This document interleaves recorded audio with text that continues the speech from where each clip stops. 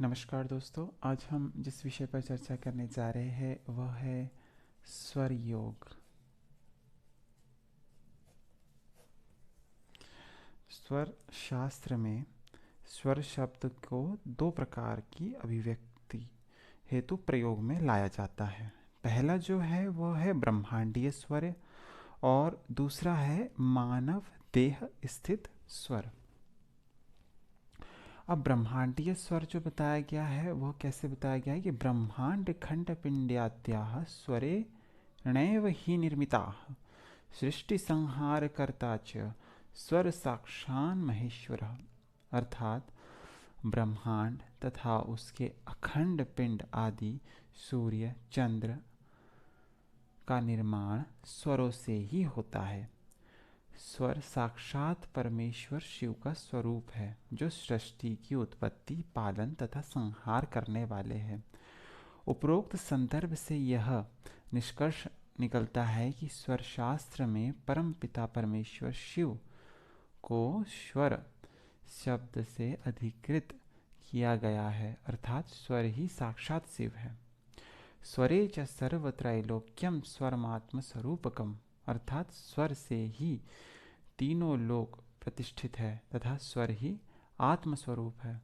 स्वर को जानने से आत्मा का बोध होता है। इस कथन में भी परमपिता परमेश्वर को स्वर की संज्ञा दी गई है, जिनके जानने मात्र से आत्मबोध के आधार पर मोक्ष की प्राप्ति होती है।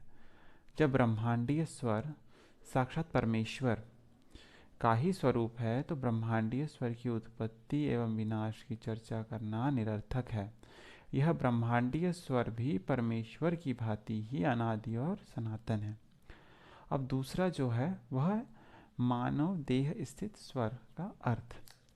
पहला जो हमने जाना वह जाना ब्रह्मांडीय स्वर। अब दूसरा जिसकी चर्चा करेंगे वह है मानव देह स्थित स्वर।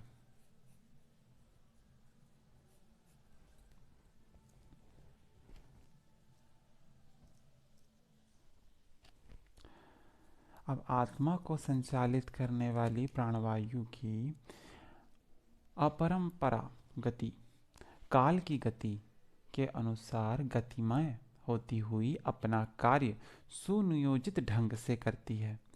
निरंतर इस प्रवाहित होती हुई ऊर्जा को वायु तत्व अपने सुदृढ़ बंधनों से बांधकर सुचारू रूप से गतिमान करता रहता है।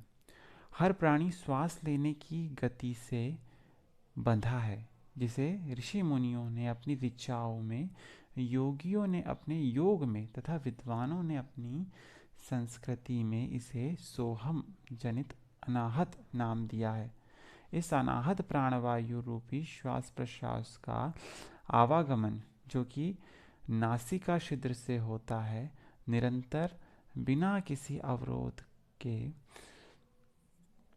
सुसंचालित होता रहता है।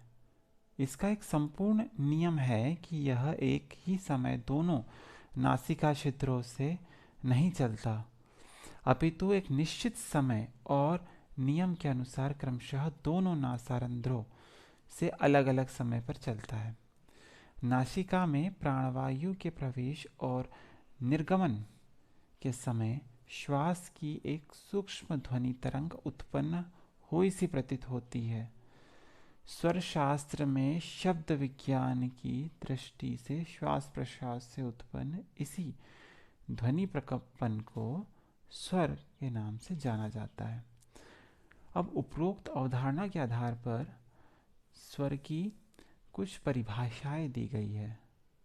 जैसे मनुष्य की नासिका में वायु के प्रवेश एवं निर्गमन समय श्वास की जो एक प्राकृतिक ध्वनि तरंग उत्पन्न हुई सी प्रतीत होती है, शब्द विज्ञान की दृष्टि में श्वास प्रश्वास से उत्पन्न उसी प्राकृतिक ध्वनि प्रकंपन को स्वर शास्त्र में स्वर के नाम से जाना जाता है। अब इसके कुछ प्रकार बताए गए हैं, तो इसके मुख्य रूप से 3 प्रकार बताए गए हैं।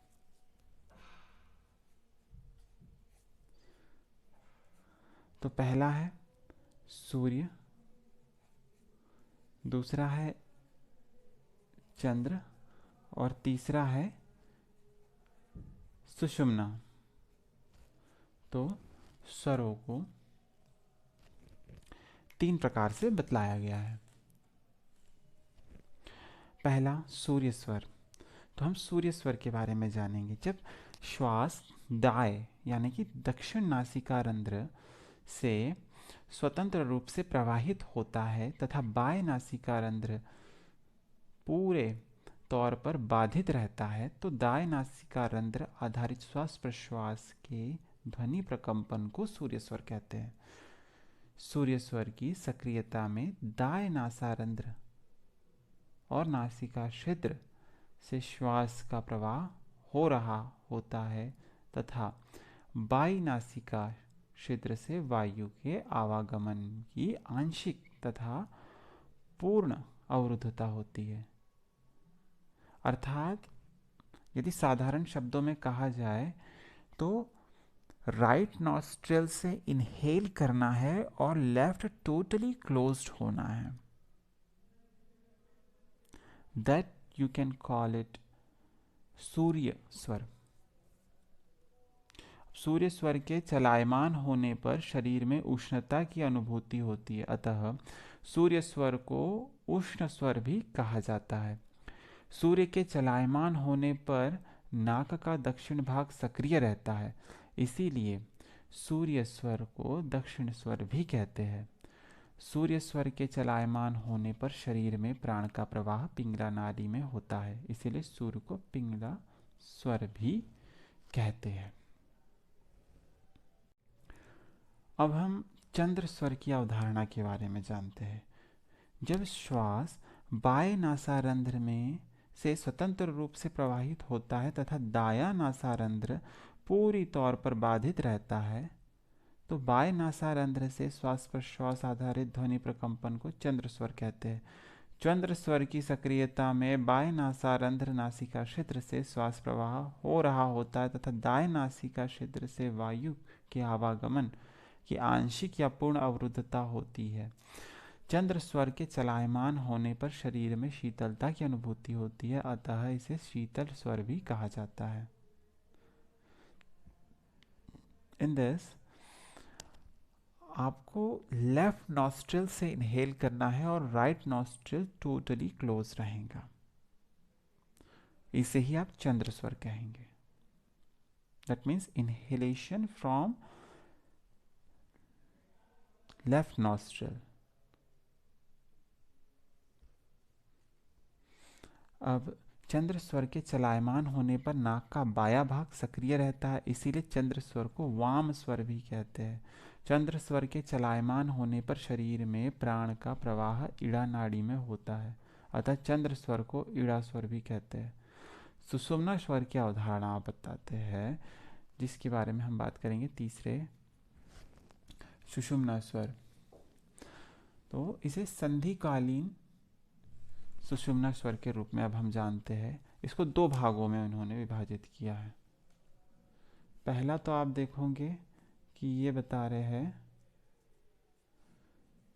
संधिकालीन, और दूसरा जो बताया है वो है आध्यात्मिक। तो सबसे पहले अब हम संधिकालीन सुषुम्ना स्वर के बारे में जानेंगे। तो जब एक क्षण में बाएं और दूसरे क्षण में दाएं स्वर का प्रवाह होता है, तो इस प्रकार क्षण क्षण में परिवर्तनशील स्वर को सुषुम्ना स्वर कहते हैं। यह सांसारिक मनुष्यों में स्वरों के संधिकाल में पाया जाता है, अतः इसे संधिकालीन सुषुम्ना स्वर कहा जाता है। इस सुषुम्ना स्वर में काल रूप अग्नि प्रज्वलित रहती है, अतः इसके चलायमान रहने पर सभी सांसारिक कार्यों का त्याग करने की बात कही गई है, क्योंकि यह स्वर सभी सांसारिक कर्मों को नष्ट करने वाला होता है। अब दूसरा जो है वह है आध्यात्मिक सुषुम्ना स्वर।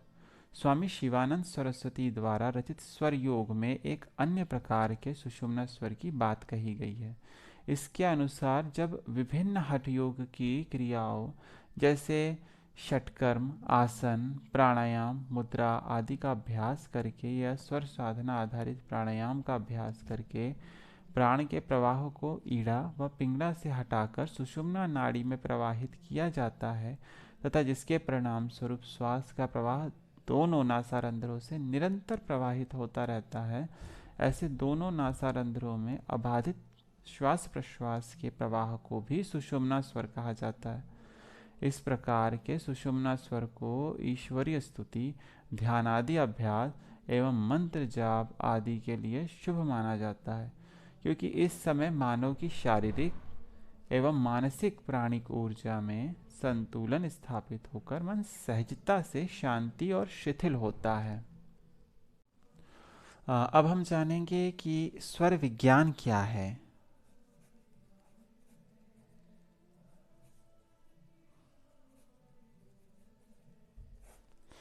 तो प्राचीन ऋषि मुनियों ने दोनों नासारंध्रों में से प्रत्येक में श्वास के प्रारंभ होने तथा बंद होने पर कुछ विशेष प्रकार की बातों को देखा, जो उनके शरीर की विभिन्न गतिविधियों पर प्रभाव ही नहीं डालती अपितु उन पर शासन करती थी। इस प्रकार इन ऋषियों ने अपने अनुभवों को लिपिबद्ध किया तथा मानव जाति के ज्ञानार्थ एवं कल्याणार्थ स्वर के ज्ञान को सुनियोजित, अनुशासित एवं सुव्यवस्थित तौर पर ग्रंथ के रूप में प्रतिपादित किया। अतः स्वर के अनुशासित एवं सुव्यवस्थित ज्ञान को स्वर का विज्ञान अर्थात स्वर विज्ञान कहते हैं।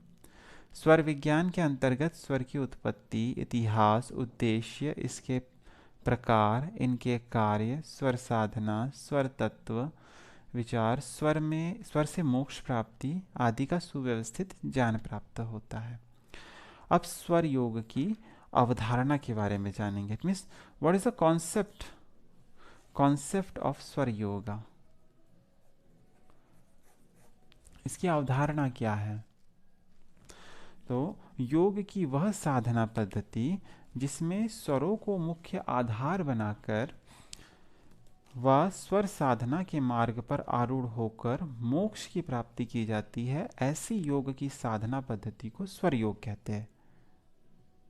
अब स्वर विज्ञान आधारित स्वास्थ्य एवं व्याधि की अवधारणा एवं स्वास्थ्य के संरक्षण का आधार अब हम जानते हैं कि स्वस्थ मनुष्य का स्वर प्रतिदिन प्रातः काल सूर्योदय के समय से ढाई ढाई घड़ी के अंतराल अर्थात एक एक घंटे में क्रमानुसार चलता है। स्वर का प्रवाह दिन, तिथि, पक्ष, मास आदि के अनुसार होना चाहिए, इसका निश्चित नियम है। अब शिव स्वरोदय में कहा गया है, आदौ चंद्र सिते पक्षे भास्करहु एहि सिते तरे प्रतिपत्तो दिनन्याहुस्त्रीणी त्रीणी तोदया।